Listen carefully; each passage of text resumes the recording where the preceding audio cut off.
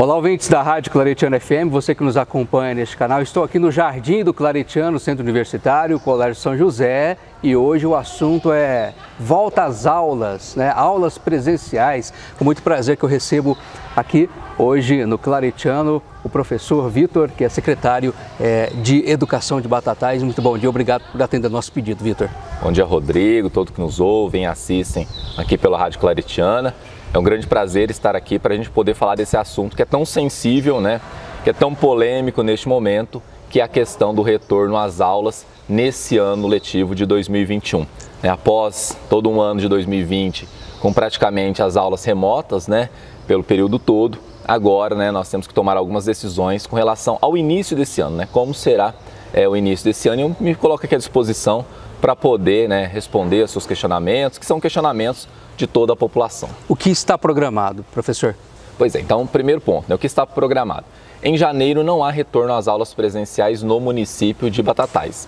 Algumas escolas, inclusive particulares, já retornaram às aulas, mas elas retornaram de forma remota. Então, em janeiro não está permitido o retorno às aulas presenciais. O que o comitê local, junto com o prefeito, a Secretaria de Educação, ouvindo aí alguns especialistas na área, decidiram com relação ao retorno às aulas em Batatais. Será autorizado o retorno às aulas presenciais a partir de fevereiro, Esse é um primeiro ponto, mas com vários critérios, vários mecanismos que nós vamos apresentar, inclusive aqui hoje, para a população. Então, a partir de 1º de fevereiro está autorizado. Eu vou explicar o que está autorizado. Então, esse é um primeiro ponto que nós decidimos. Outro ponto importante é que esse retorno em Batatais ele será gradativo. Então, mensalmente serão definidos critérios de abertura ou fechamento de escolas. A ideia nós vamos permitir sim a abertura, mas para que essa abertura dê certo, nós vamos monitorar, nós vamos controlar. Se nós não tivermos impactos negativos na saúde dentro do primeiro mês, nós iremos abrir um pouco mais a partir de março.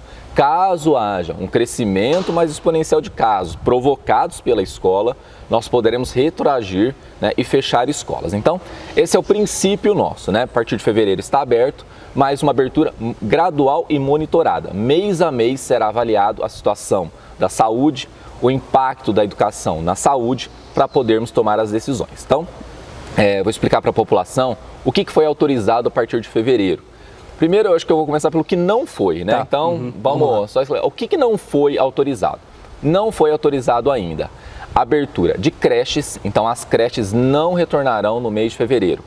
Nós não estamos autorizando também o retorno em período integral, então aquelas escolas que trabalham em período integral, elas não poderão atender. O terceiro ponto é as atividades de recreação. Nós sabemos que algumas unidades têm atividade aula num período e recreação no período no contraturno. Também não está permitido recreação. E outro ponto que é fundamental, se nós regredirmos para a fase vermelha do Plano São Paulo, não haverá abertura de escolas em momento algum em fevereiro. Porque o Plano São Paulo ele passa por atualizações constantes.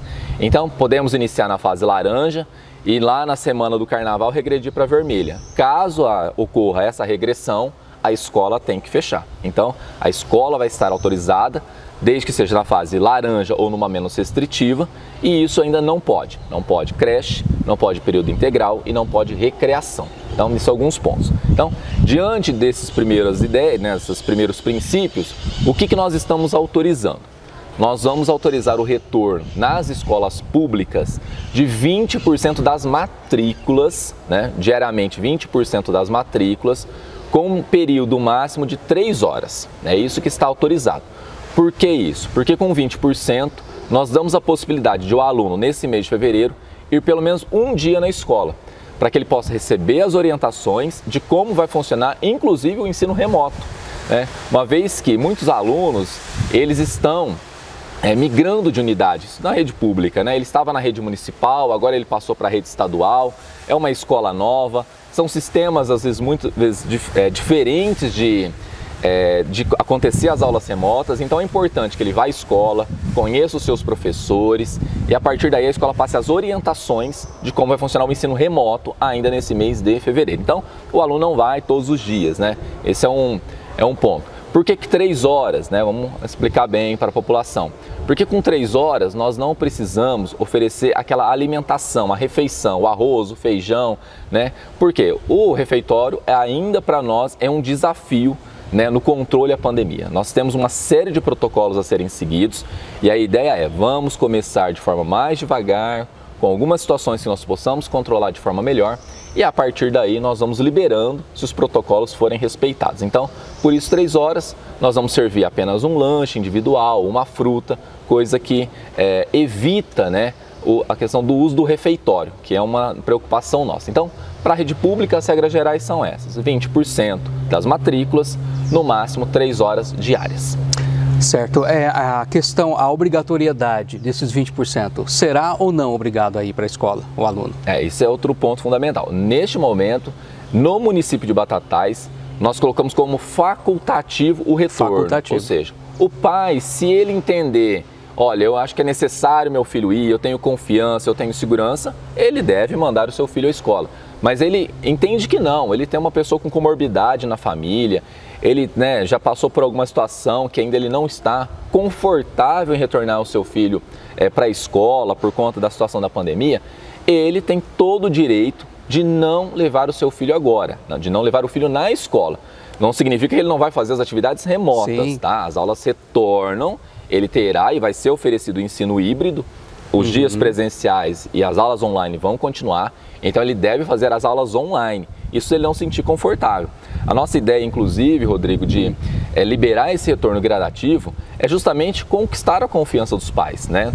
Claro que para isso tudo nós vamos precisar mobilizar todo mundo. Nós vamos precisar mobilizar as escolas particulares, as escolas públicas, os nossos profissionais da educação, a própria comunidade. Todos devem respeitar os protocolos, né? Os pais terão um papel importante nisso, né? Porque eles vão levar o filho à escola, eles vão ter que fazer um trabalho de conscientização para que aqueles que desejam retorno mais amplo, que também possam colaborar com isso, né? Primeiro, a gente precisa dizer também que assim, o retorno, pelo próximo período, aí, ele não será um retorno como nós tínhamos em período pré-pandemia, né? Lá no dia 13 de março, por exemplo, nas escolas municipais, nós estávamos fazendo a abertura dos jogos interescolares, ou seja, lá na piscina, com o ginásio lotado, cheio de criança, né? Eles comemorando, jogando. Essa situação que nós tínhamos nas escolas, de eventos, de estar todo dia, isso tudo nós vamos conseguir, né, quando a pandemia estiver controlada, quando a população estiver vacinada, e a importância da vacinação, né? A gente sempre fala isso, a gente está vendo muito negacionismo hoje na sociedade, né? É o que poderá trazer uma situação de maior normalidade hoje é a questão da vacinação. Uma vez que o vírus aí tem passado por mutações e tudo indica que esse vírus ficará por muito tempo aí instalado de forma ainda problemática na sociedade. Então, é a importância da vacinação, de seguir os critérios da ciência, né? O que a ciência tem mostrado, que a vacinação é o único caminho. Então, infelizmente, nós não podemos dizer para os pais, olha, nós vamos voltar naquela situação de normalidade. Eu levava meu filho para a escola às 7 da manhã e buscava ao meio-dia, às 12h30, às 13 horas. Essa situação ainda diária vai levar um tempo, vai depender muito do avanço da vacinação, para que a gente possa dar segurança. Não é a questão apenas, né, do aluno na escola, isso que a gente precisa deixar claro. Muitas vezes os pais colocam, olha, mas ele está na escola, ele vai estar melhor do que tivesse com a avó e tudo mais. Nós estamos falando de uma rede que tem 12 mil alunos, né, do município tem 12 mil alunos. Isso envolve quase 60 mil pessoas, é toda a população da cidade. Porque é a questão do impacto disso na circulação de pessoas, aumenta a circulação de pessoas em porta de escolas, né? As pessoas se recordam como funcionava a porta de escolas em períodos de entrada, de saída, aquela aglomeração, pai que conversa com pai que vai na escola para falar com o professor. Então tudo isso nesse momento, que ainda nós estamos num período crítico, de avanço inclusive, né, dos indicadores de saúde, isso não será permitido, né? Por isso essa nossa prudência em um retorno de forma mais gradual, mais lenta, para que a gente possa ir testando, inclusive, né? A gente vai avaliando, na verdade, esse processo, né? Monitorando, e à medida que for dando resultados positivos, nós vamos fazer uma abertura um pouco mais ampla. Aumentou a procura pela rede municipal, estadual, professor? Na rede estadual, houve sim um aumento, né, por matrículas, isso a nível de região de Ribeirão Preto, eu não tenho os dados aqui do município. Na rede pública municipal, houve um aumento na demanda, lá no início ainda da pandemia, por vagas na pré-escola, né, muitos saíram das escolas privadas para vir para a rede pública na pré-escola.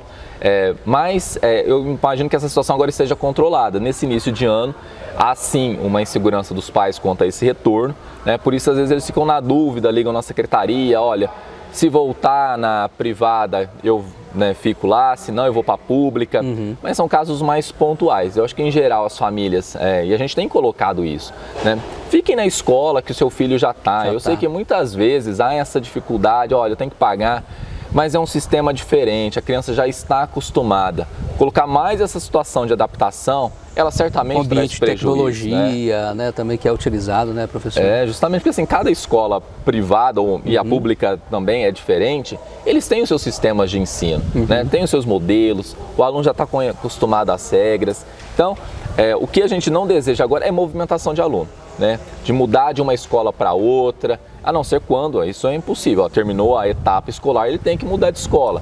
Mas do contrário, né, a gente sempre fala para os pais, olha, permaneçam na escola que vocês já estão, né, porque essa situação tende a se normalizar, né, gradativamente, cada vez mais o aluno vai para a escola, vai ficar mais tempo, mas isso ainda vai levar um tempo, né. Vamos fazer todo mundo um esforço para que a gente possa ter um retorno tranquilo, né, com segurança, por isso a questão do limite do horário, limite de pessoas, para a gente poder, à medida que dá certo, ampliando esse atendimento. Rede privada, as escolas particulares, como ficam as regras? Isso, as escolas particulares, nós também estabelecemos regras para o município. Então todas as escolas particulares, elas vão ter as suas regras, as regras do município para poderem atender. Então, qual que é o percentual de atendimento? 35% das matrículas. Então, né, a pessoa pergunta, por que na pública é um pouco menos e na privada um pouco mais? Porque, em geral, as nossas escolas privadas, elas têm muito menos alunos do que nas escolas públicas. Então, é todo o impacto na movimentação do número de alunos.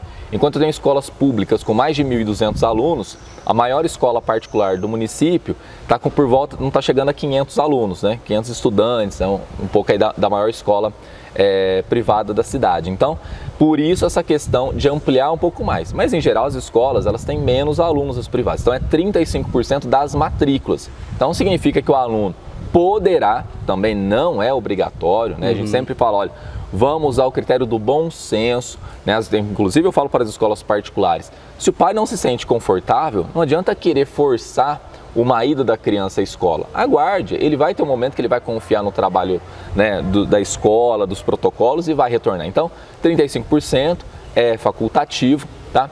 E o limite de horário é 4 horas. Por que na pública 3 e na privada 4? Porque na privada não há aquela obrigação da escola servir a alimentação. Em geral, né, os próprios pais e os próprios alunos, eles levam sua alimentação. Mas para isso, a escola terá que também ter o protocolo de atendimento, né? Cada escola vai criar um plano de trabalho para organizar isso. Esse é o momento de preocupação. Os intervalos. Não pode haver mistura de turmas. É aquela situação que a gente bate o sino, todo mundo sai para o intervalo. Essa situação não vai existir agora. É difícil controlar, né, também, né? Por conta dessa dificuldade de controle. Então, nas privadas, esse limite, 35% por no máximo 4 horas. E, por exemplo, as escolas de idiomas, como fica? Isso. As escolas de idiomas, elas são enquadradas em cursos livres. Cursos livres. O que vale para as escolas de idiomas, vale para a escola, para cursos de informática, cursos de música, enfim. Essas atividades, elas não são enquadradas, não são reguladas pela educação. Então, elas entram na categoria de serviços. Na fase laranja e na fase amarela, elas podem funcionar com 40% da capacidade, né? Veja que nós estamos falando de 35% das matrículas para as escolas. Aí muda. Esses cursos livres, 40% da capacidade, elas podem retornar, só que seguindo os protocolos específicos do Plano São Paulo. Então, lá no site do Plano São Paulo, tem os protocolos, que são os mesmos protocolos para a educação. Distanciamento, ventilação natural, enfim, uma série de critérios aí para que elas possam funcionar. Professor, algo mais a informar para os nossos ouvintes? Eu quero, inclusive, antes agradecer essa importante entrevista que está levando informações para as pessoas que estão em casa neste momento. Rodrigo, eu primeiro agradeço aqui, né, essa disponibilidade. Eu acho que nós vamos ter que falar muito ainda com os pais, né, nesse processo de retorno. Nas próximas semanas exigirá um esforço muito grande de comunicação com os pais. Eu quero, assim, tranquilizar os pais, tranquilizar os profissionais da educação, as escolas. Não é um momento fácil, não é um momento de decisões fáceis, né? Nós temos uma sociedade que está muito polarizada. Aqueles que querem um retorno, como era a situação pré-pandemia, né, e toda uma volta total. Outros pais que não querem o retorno. Então, por isso, né, eu quero dizer o seguinte: primeiro, o pai, eu não quero retornar o meu filho para a escola.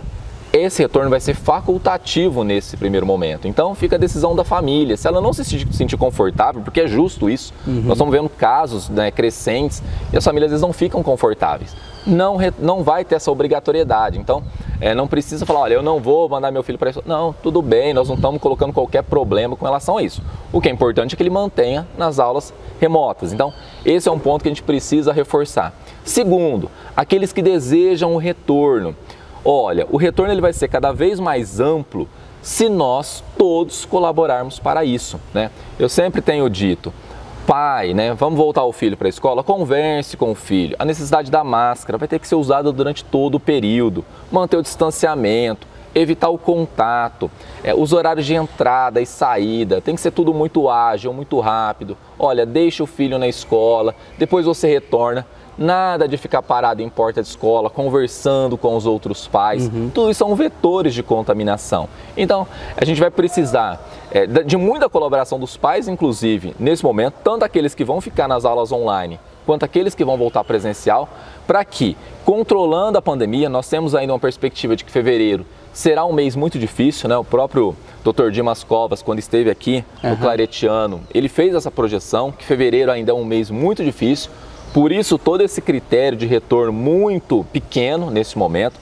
Nós já estávamos atendendo desde o ano passado, nesse mesmo sentido de poder levar aluno na escola para poucas atividades. E à medida que as coisas derem certo, nós vamos ampliar o atendimento. Tá? Quero dizer que nós estamos assim, nos preparando, planejando para poder oferecer o melhor para os nossos alunos da rede municipal. Na rede municipal, as aulas se tornam dia 8 de fevereiro, tá? Mas as escolas vão entrar em contato, nós vamos manter um canal de comunicação permanente com os pais para poder levar sempre a melhor informação. As matrículas estão abertas ainda ou fechou? Como é que está? As matrículas, elas são constantes. São constantes, né? Então, né? Eles podem procurar as escolas municipais ou estaduais ou as privadas, né? Onde ele quiser matricular, para poder fazer matrícula. Só lembrar que na creche, né, embora ela não vai abrir agora no mês de fevereiro, as inscrições para a creche, elas se tornam no dia 27 de janeiro. Não há previsão para a volta da creche? Não há previsão neste momento. Essa foi o índice de perguntas que aconteceu ontem, foi esse. Não volta a creche, então? Não volta. As creches, nesse mês de fevereiro, não haverá retorno. Nós vamos avaliar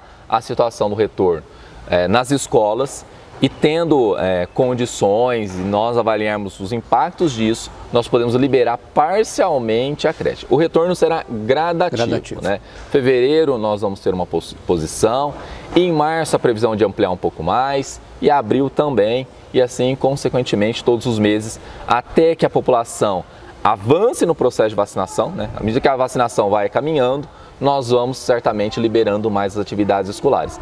Nós reivindicamos sempre que os profissionais da educação possam ser vacinados. Essa é uma demanda importante da sociedade, porque, é claro, os profissionais sendo vacinados, nós temos mais segurança também para esse retorno cada vez mais amplo, de forma presencial. Está aí hoje informações importantes aqui na Rádio Claretiano FM, com o professor Vitor, secretário de Educação. Muito obrigado mais uma vez. Até mais. Obrigado, Rodrigo. Até a próxima.